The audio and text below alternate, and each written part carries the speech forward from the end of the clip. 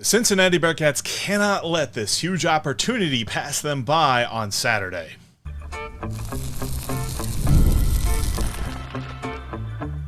You are Locked On Bearcats, your daily podcast on the Cincinnati Bearcats, part of the Locked On Podcast Network, your team every day.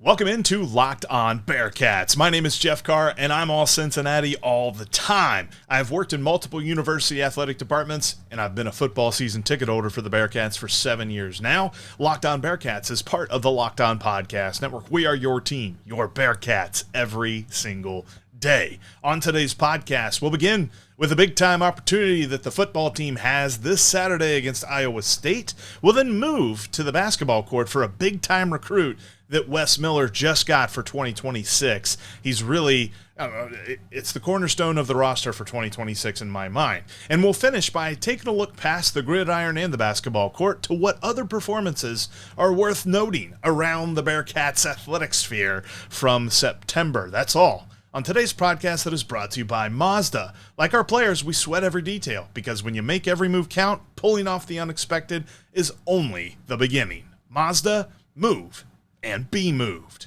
And where we will move to start today's episode is looking at the opportunity in front of Scott Satterfield, in front of Brendan Sorsby, in front of the defense, in front of everybody on the Bearcats football team this Saturday. Iowa State is coming into town ranked and feeling pretty good about themselves. In fact, if you remember the statistic that Nick Maravitz dropped on our crossover with Locked On Cyclones, he mentioned that Rocco Becht in his career, and I think he's made 30 starts or he's about to make his 30th start, something like that. He's made a lot of starts. But in his career, whenever he is an underdog of less than a touchdown, he's never lost. So the Bearcats are really going for something here and trying to break that, but also on a national scale.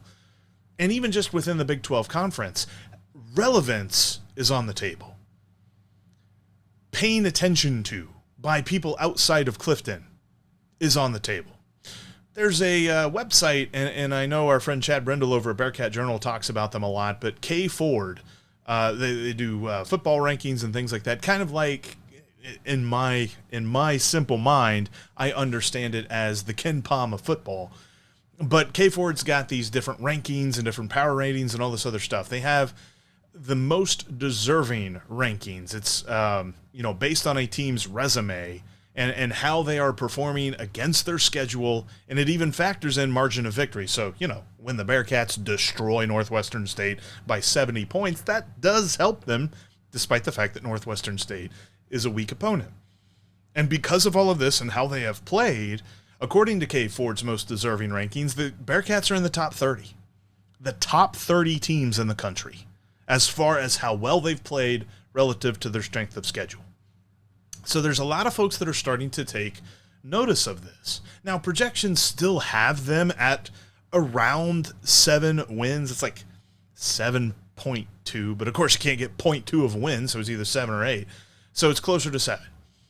Projections still have them around 7 wins, and those projections are not counting this week as a win. So according to the computers and the algorithms and all that great stuff, the Bearcats have a shot to steal one this week. And of course, the Cyclones are coming in ranked, and the Bearcats aren't. So one would think the Bearcats are the underdog. But according to FanDuel, they're still favored. This line opened as a 2.5-point favorite for Iowa State. It has flipped, and the Bearcats are still 1.5-point favorites.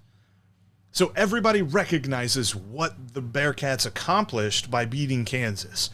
But it's enough that, they're intrigued. They will be fully interested if the Bearcats are able to beat Iowa State. Beyond, the just national perspective of it all, when you really look at the matchup with Iowa State, injuries are killing Iowa State. We talked about it a little bit with Nick Maravitz from Locked On Cyclones, where, their defensive backfield is depleted. But I mean really depleted. Their 2 best corners are out for this game. Jontez Williams is their best cornerback. He's out for the rest of the year. But then also Jeremiah Cooper is out as well. They have a third defensive back, and I'm not exactly sure how integral he is to the defense, but Eddie Lemos is also out. So you're talking about a lot of guys who are just not playing. And then there are a couple of more defensive backs who are questionable, who might not play for the Cyclones. So there's a really big shot here for Brendan Sorsby to have another game like he had against Kansas. Just carving up the defense, making completion after completion, and making Cyrus Allen just look ridiculous. Although it's not to say that Cyrus Allen is the only receiver that's doing anything. There's 4 different guys that have gotten over 100 yards this year. So all of that is feeding into this right now, that it feels like the matchup looks favorable, the Bearcats offense against the Iowa State defense. But then you even look at the fact that Dante Corleone, he's still listed as questionable for the Bearcats, but he practiced on Tuesday. And all reports are he's good to go. All reports are they'd be surprised if he didn't play. And we talked about last week, like if he were to play against Kansas, it was probably going to be 30 to 40 snaps. I still think that's what we're looking at here against Iowa State. So it's not as if he's going to be on the field for every play, but he's still going to be very impactful. Because what does the Bearcats defense need to do against Iowa State? Iowa State can pass the ball really well. Their run game is a little bit suspect, but they're pretty balanced. But Rocco Becht has seen everything. He is exactly like Jalen Daniels in the fact of experience because they've both played so much. And we saw what Jalen Daniels did to this defense last week. Thankfully, Brendan Sorsby and company were up to the task to match him. But when it comes to what the Bearcats need to do on the defensive side of the football this week, I think they got to get more creative. They got to put more pressure on Rocco Becht.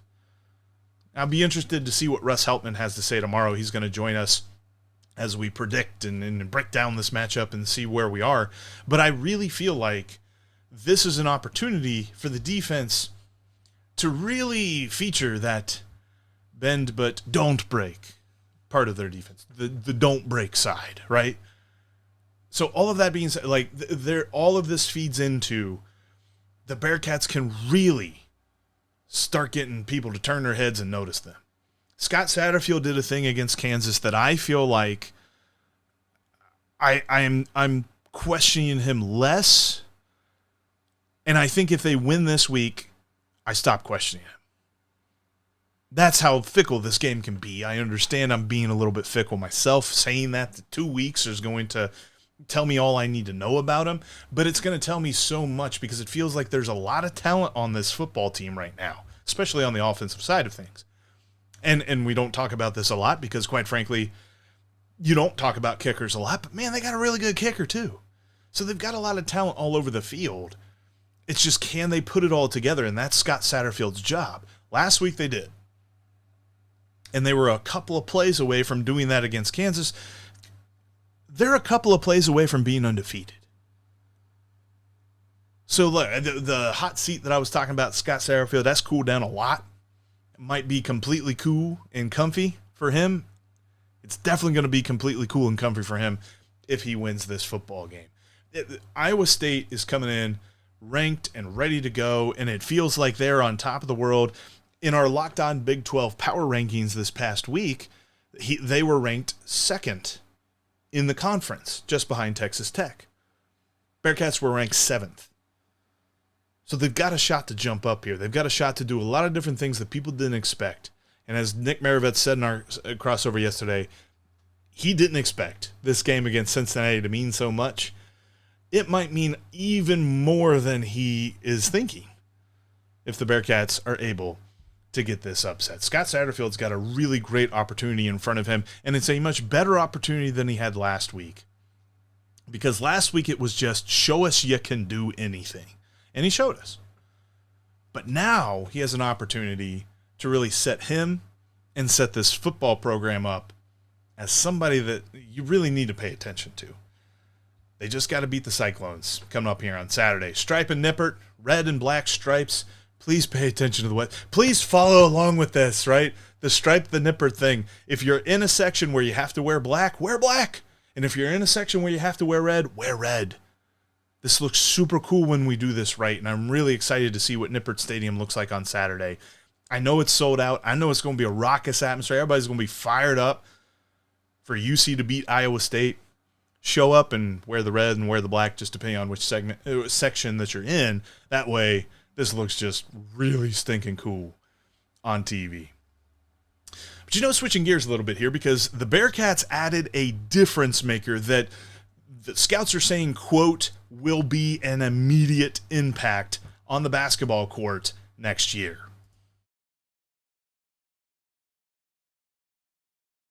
College football season is in full swing. So is NFL, and we're into the MLB playoffs. We've got NBA and NHL coming up. So many great things to jump in on over on FanDuel, and they still have this great introductory offer. If you create your account today and place your first $5 wager and it wins, you get $300 in bonus bets. Those odds you ain't going to find anywhere else. And you can put it on this Saturday's game as UC hosts Iowa State.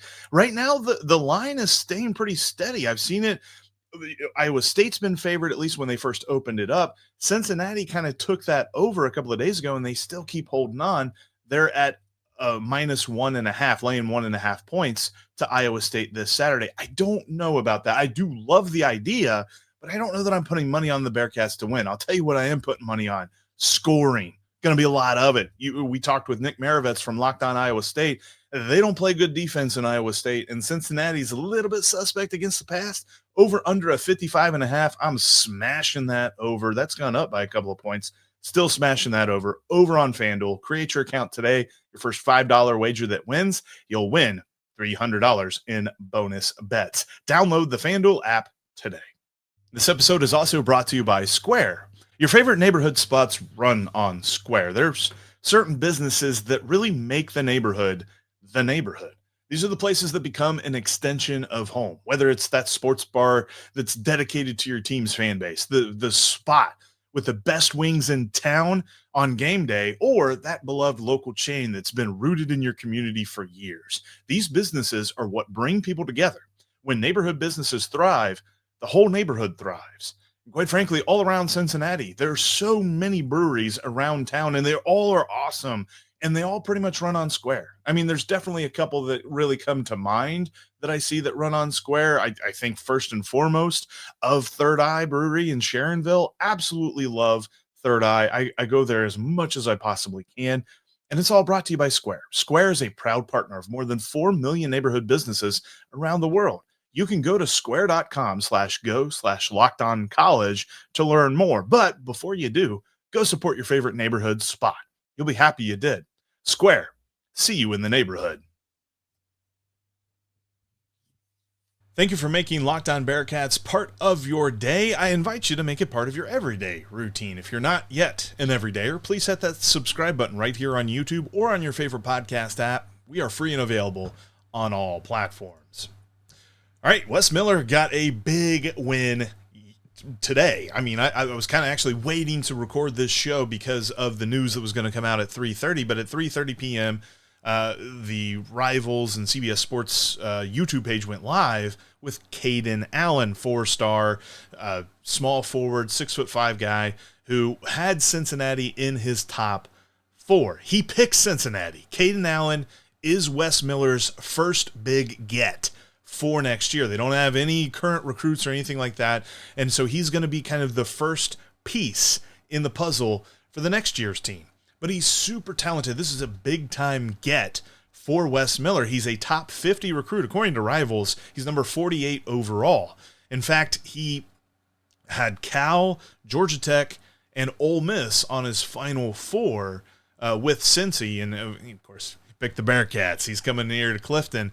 I'd love to see it too, because I mean, Kayden is from Florida, and actually his most recent visit on September the 20th was to Central Florida. Central Florida was not in his Final Four, so it's kind of a nice little thing to see. But I'm really excited to see what he can bring to the table, because according to some scouts, he's a very good scorer. He's got an unorthodox looking shot, but he's got a good mid-range game with that shot.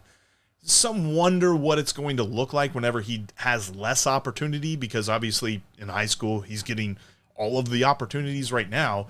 So what does that look like whenever he's having to mesh with the rest of the team? But the good news is he's very versatile in that regard.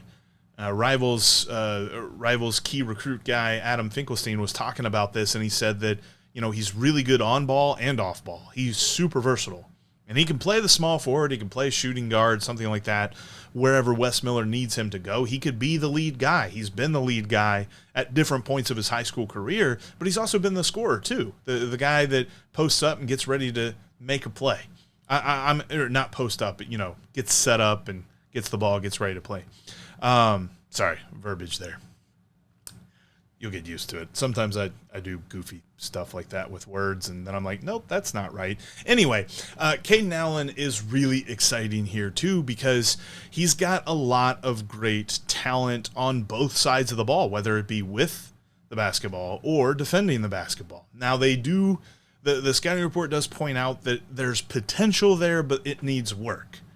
But I feel like Wes Miller and the coaching staff there for the Bearcats has a really good system in place to work with him on that. This guy's got the cornerstone potential, though, of this roster. And it's important because he is their first recruit for 2026. And, of course, whatever the transfer portal might bring and things like that, that's down the line.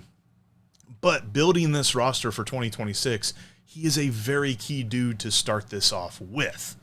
I love, because he was asked, why he picked Cincinnati over the other schools, kind of loved what he had to say about that. He said that his relationship with Wes Miller throughout the recruiting process was so much better than any of the other coaches he talked to. And then he also was really drawn to and flattered, really, by the commitment that the Bearcats had to landing him, to bringing him to Clifton. And so that was something that he was really into. But mostly, it was the fact that Wes Miller really laid out the plan for him. Wes Miller really, set up what he expects and how they're going to utilize him. And Kayden Allen was all about that. He was super excited for what Wes Miller has ready to go. And he also said this too, and I mean, you can say what you want about guys and knowing what to say and what not to say in the right situations, but I think that's a positive. Regardless of what you're thinking there. And when they asked Kayden Allen, what are you thinking about coming to Clifton? He said all of that stuff, but he also said he wants to bring a spark to the stadium, but he also is excited to be a leader on campus. He's not just talking about, okay, we're going to play basketball and then the rest of it can figure itself out. He really sounds like he's going to be a big part of what Clifton's got going on. And again, this could all just be lip service. He's really happy about making his commitment and getting a good offer from Cincinnati, ready to come here and play some basketball. But I think there's more to it than that. And I feel like the different highlight videos that I saw of him, it looks like he's got really smooth handling with the basketball. Kind of feels like he's going to be a kind of go-to dude for the Bearcats on offense. And we know that when they were building the team for this year, which obviously we haven't seen them play yet, but on paper, what they were looking for were shooters, guys who can score. Kayden Allen's not necessarily like a three-point shooter, but he's a good mid-range to close-range scorer. A guy that they're probably going to be able to give the ball a lot more times, a lot more often than not, and run the offense through him, depending on what the rest of the roster looks like for that year. But I'm excited to see this. I thought it was really cool that Wes Miller lands a top 50 recruit this early on in the process. It's going to launch them up. People are going to start to take notice of their recruiting class for next year. But there's a bit of a opportunity here for Wes Miller to have like a little bit more success. I mean, his recruiting class this past year wasn't bad, but at the same time, like, it feels like Kayden Allen is a much better start than what he had last year. And I think that depending on how the success of the team goes this year, Kayden Allen, man, he could really be adding on to a talented bunch. And I'm excited to see this. I was happy to see that he had accepted and committed to the university, because I mean, it feels like if Wes Miller can get back to the tournament this year, and I know they're not going to expand the tournament until next year, but it feels like they're expanding the tournament to where everybody's going to get in at one point. I digress on that.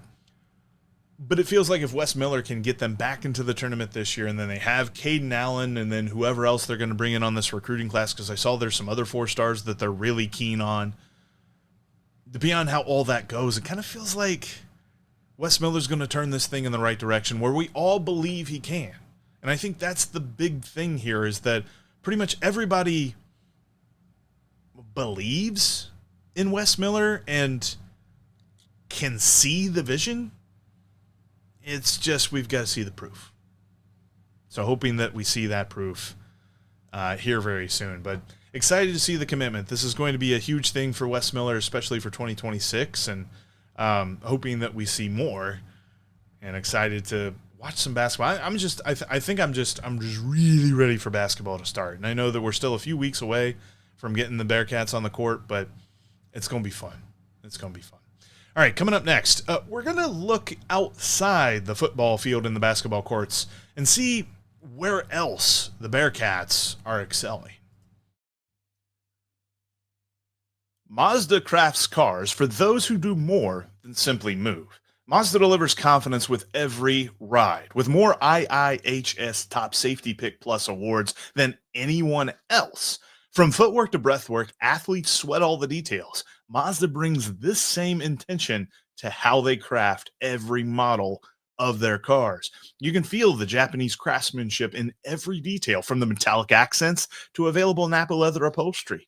With all-wheel drive standard in every crossover SUV, you can drive with confidence through most any season. Like our players, we sweat every detail, because when you make every move count, impossible becomes irrelevant. Mazda, move and be moved.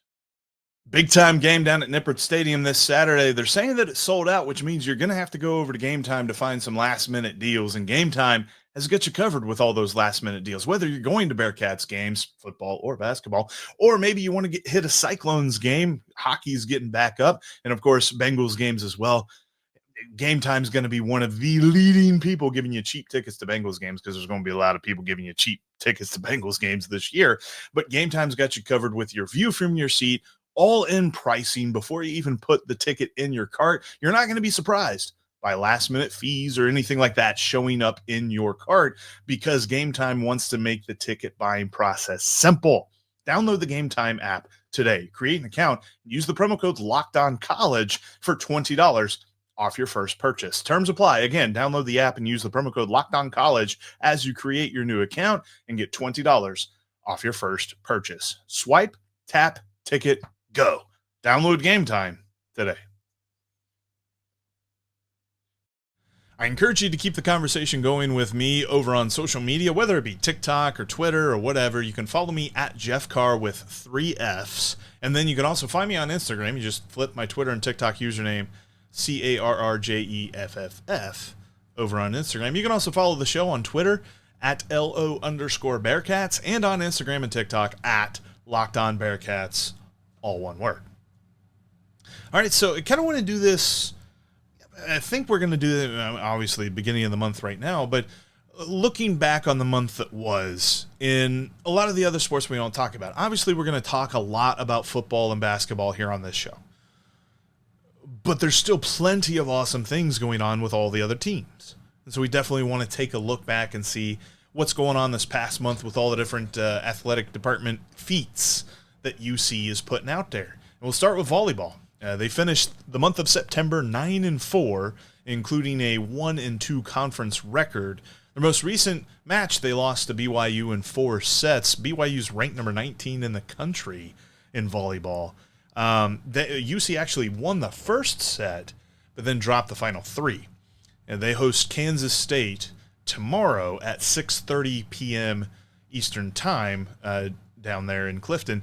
Junior Sydney Nolan actually ranks 18th in the country in kills per set. She's averaging just over 4.5. I think it's 4.53 kills per set. But that was, I actually got the chance. I covered volleyball when I worked at Tennessee State, and I got to do some play-by-play for volleyball. Let me tell you what, volleyball play-by-play just keeps on going, man. It's a lot of fun watching volleyball, and UC has had a great run playing some good volleyball these last few years, and interested to see how they finish up this year. But like I mentioned, after the month of September, they're 9-4 and 1-2 in conference play. Baseball had a fall ball scrimmage against Purdue on Saturday, this past Saturday, and they played 15 total innings. Now, being a scrimmage and all this other stuff, they're not necessarily playing 9-inning games and keeping records and all this other stuff, but They did split the 15 innings into 2 7.5-inning games. Purdue actually won the first game 11-9, but then UC dominated the second one 11-5. And the guy, just kind of looking at the performances and things like that, the guy that really caught my eye was junior pitcher Nathan Taylor. He tossed a pair of innings and struck out 5. And just in case you don't know, an inning is 3 outs. So he got 6 outs, and 5 of them were via strikeout. That's pretty impressive. Bearcats will actually travel to Pitt for a scrimmage on October 11th before the Red vs. Black World Series begins on October 23rd. And, of course, they'll have 3 games spread out about a week in between each game, about 4 or 5 days. Sorry, not a week. And then they'll finish up. I think they finish up at the end of October. Or right there at the beginning of November. I guess that's how time works. Anyway, going forward here, looking at men's golf, they actually posted another top 5 finish in their most recent tournament. It's their 3rd this fall. With the, they had a 5th place finish at the Jim DeLappa Collegiate tournament. They finished up on Monday at Point O Woods Golf and Country Club. Point O Woods Golf and Country Club in Benton Harbor, Michigan. Next up is the Cullen Brown Collegiate in Lexington, Kentucky. And then on the women's side of golf, Elise Reimer and Mar Garcia Jimenez delivered top 3 finishes in their most recent tournaments as well. They led UC at the Pat Bradley Invitational that ended this past Tuesday in Miami. The Bearcats placed 7th overall, but they improved by 10 strokes from the opening to the final round. Their next tournament is in Manhattan, Kansas on October 20th, so a few weeks off for the women's golf team. And then finally, and this one's pretty awesome. In cross country, freshman Anne Lemurisho excelled, and I say this specifically because she's a freshman. It's literally her just a couple of appearances for her, and it's her 2nd straight event that she's just gone crazy. She finished 3rd out of 255 qualified runners. She had a time, they run a 6K for this cross country event. And she did that in 20 minutes and 18.3 seconds. Pretty impressive. Freshman Anne Lemurisho. Keep an eye on her. She's doing a great job there for the cross-country team. But overall, I mean, so much going on with UC athletics. And, of course, basketball is getting close to starting up here soon for the men's and the women's teams. I believe that I saw that the women's team has a scrimmage here at the end of the month, and then their first game is on November 4th. And then, of course, the men getting going as well. Both teams are going to be so much fun to watch. And how much that is going on around campus right here, it just kind of feels like football is the tip of the iceberg. And football has got a real good chance to be a national brand here soon. I mean, they've got to, have a good year this year and really get going. But where they excelled in 2021, I think, people outside of Clifton forget it because they did it when they were in the American. If they can start doing stuff like that, I mean, undefeated, obviously, is pretty awesome. But even just having similar success, 10, double-digit win seasons, then you're going to really start seeing people pay attention to what UC has going on. Because there's a lot of times that you'll hear people around the country go, man, look at them Bearcats. And we're like, yeah, we've been here, dude. We know what's going on. And really hope that we get a football victory this Saturday against Iowa State. I'm going to be down there, section 117.